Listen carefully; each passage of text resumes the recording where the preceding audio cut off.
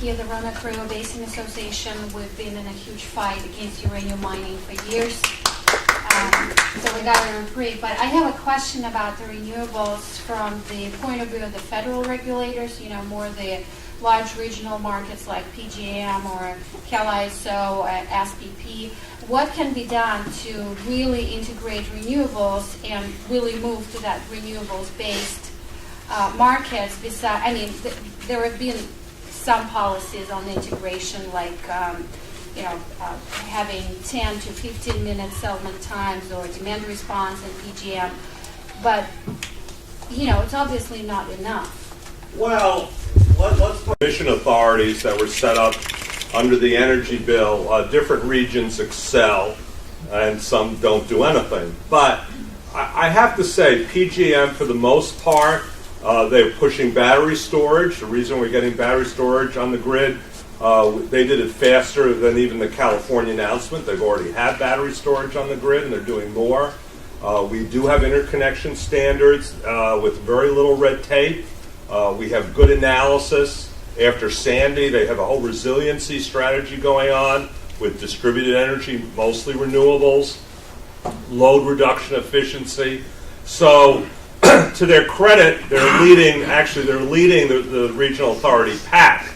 Not fast enough for anybody in this room. I agree with you. But they are doing it deliberatively, and I think that's important. We don't want part of this. I do a lot of work on these net zero energy military bases. And by the way, I have 2 zero energy buildings, not net zero, totally off the grid in Arlington, my home, and an office building. And I bring architects and engineers through it all the time, every week, in fact. And part of it is you need some time to educate up the old school to the new school. And it really does take time. And so how we rev it up is exactly going at the state level to the state utility commissions, because those utility commissions impact what these ISOs want to do. If the states want more renewables and distributed generation on it, the ISOs have to accommodate it, right? They have to accommodate it. And then they will set up working teams to really speed up what they want to do. That's what happened with storage. Pennsylvania and New York said, we're doing it without you. It would be really nice for you to go along. They responded immediately saying, fine. We got 2 takers. They're big states. We'll go do it. So you think that it's basically at the federal level? Yes, the federal level is FERC, Federal Energy Regulatory Commission, and remember, the federal government of the United States only has control over the Interstate Commerce Clause of gas and electricity, so oil pipelines. So what FERC can do is FERC's done everything it's supposed to do. It's set up interconnection standards, it's tried to do this demand response, a little attack in the courts, we'll play it out. But they really have set the rules, and now the ISOs are trying to figure out, these interstate transmission authorities, how fast they go. It's really the member states that sit around them that are going to drive what they do, in my view. Just a couple of supplemental comments. I think in preparation for going much farther, I think it would be useful to have distribution grid operators the way we have ISOs today. Yes. I've been calling for this for some time, but I was happy to see that this year the former chairman of FERC, John Wellinghoff, has also called for that. This will allow things like demand response and integration of distributed solar and combined power to happen in a much more sensible and efficient way. Could you repeat what it is FERC just did that was good? Can you say what it is that you're calling for? No, the former chairman of FERC, John Wellinghoff, called for distribution system operators. So operators to manage the distribution system. That we already have in place for transmission. He wanted to bring that down to the wires that come off the transmission lines to the buildings. The other thing, there's a number of other places that the federal government could get its act together a little bit better. They are getting better. They give the leases on federal waters for offshore wind. And so there are a number of places where the federal government is involved where I'm not entirely familiar with how badly or well they're doing, but I think overall our offshore process looks extremely slow, and the federal government has some role in that. I'm Dinette, and my question is kind of open-ended, and I don't really expect a full answer now, but there's a lot of fracking happening in northwestern New Mexico now, and the communities there, they don't have the science, well, obviously with the fracking and the proprietary stuff, but with the New Mexico issue, there's uranium in the Mancos Shale where they're fracking, and us, as the net people, we already know about the uranium stuff, but for the community folks, we don't have the hard data to connect it to say, when you're fracking, we know these other emissions are coming out. So that's one question is where's that information? How can I get it to the grassroots people so they can use?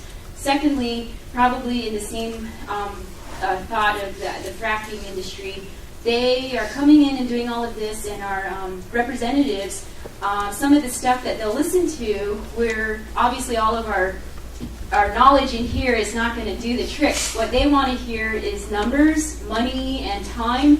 So we need to know when the fracking occurs, how much does it cost to clean up the groundwater, and how long does that take? And then couple it with the contamination from radionuclides. So I know we don't have an answer right now, but those are the kinds of those are that's what all I'm looking good. for. Those that work against fracking. They had really there was a movement, frankly, started by this young mother who realized that a fracking site was right next to a nursery school. She necessarily wasn't against fracking. She just wanted to know, were the kids at risk? And there was no data. She convinced a professor at the University of Pennsylvania to look into it. And he really didn't want to do it, and he decided to do it and got his colleagues. And last week, they issued their report. And of course, it's very dangerous for these kids. So part of the problem we have with fracking is we know a lot less than we think we do about anything. We have really, in my energy classes, I teach about risk for the first quarter of the class. And we in the United States and most of the world do not worry about risk until something horrible happens. We wait around until something horrible happens. All right, we're trying to. So you need to find a professor, doesn't have to be the biggest university either, that has a background in environmental science and monitoring and calculation. And you need to get them to be ready to do some kind of study using the funds and resources they have to put something out. That will become the bellwether for other researchers to say yes or no. But until you have somebody committed to do that, there is no data on what you want to know. That's what's so sad here. If I were king, I would not only not allow fracking in the Southwest where there's no water, which is totally the most idiotic thing you can do, but in the area where you have already nuclear waste in the water, and we don't really know where this water goes underground. We think, they say it stays deep below the aquifers. We have plenty of examples where it doesn't stay. These are rivers. They go up and down. They don't just stay at one level. And fracking seems to be causing earthquakes and earthquakes. We have tremor. The tremor issue is already well known. So all my response to you is you need to follow what this woman did by accident. And now we have something we need to do. We need to find people who can study this. And this professor at the University of Pennsylvania put his data out and said, now attack me. So far, no one has attacked him. Now, the gas industry is going to pay somebody to do it, of course, but the learned people are not, and that's what we have to play here. Thank you. Biomass combustion is a real problem because it puts out more CO2 than coal. That is just not true. That is just not true. That is absolutely true. And in fact, the problem right now is that EPA did not finish its framework. They've been studying this issue of biogenic emissions for a number of years, and instead they left this hole in this carbon rule where they don't address the biomass issue. They don't account for the CO2 emissions from biomass, and for some states, it's 50% of their electric generation. So that is a huge problem. The studies I have seen on grow. If it is a waste that's already going to turn to methane, which is a 30 times more potent greenhouse gas, you want to figure out how to use it. This is not incineration I'm talking about. This is just talking about organic waste. You have to deal with the organic waste. You cannot let it go to methane. And when you look at it that way, the carbon, it is very intensely positive, both carbon and methane. So an anaerobic digestion is a perfect example of But why that that's works. the problem. They haven't created any of these rules for how this is to be Yes, handled. there is a May I- very strong misunderstanding of it. I served on the EPA Advisory Committee on Energy Policy and Technology just on this issue. But in fact, biomass can be used very cleanly and is a very important part of the carbon play here. Okay, I will keep it moving on. Way to combat this politically. I see this as a political problem more than a technology problem. These big companies. Bourbon, I said bourbon. You drink the best, you drive the rest. Is my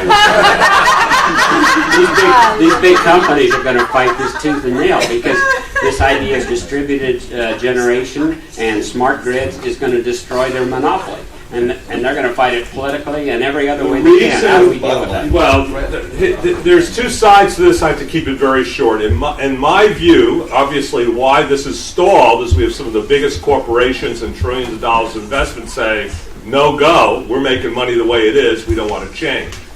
But we have lots of big companies in this field now. You know, GE makes more off its wind subsidiary than any other subsidiary it has.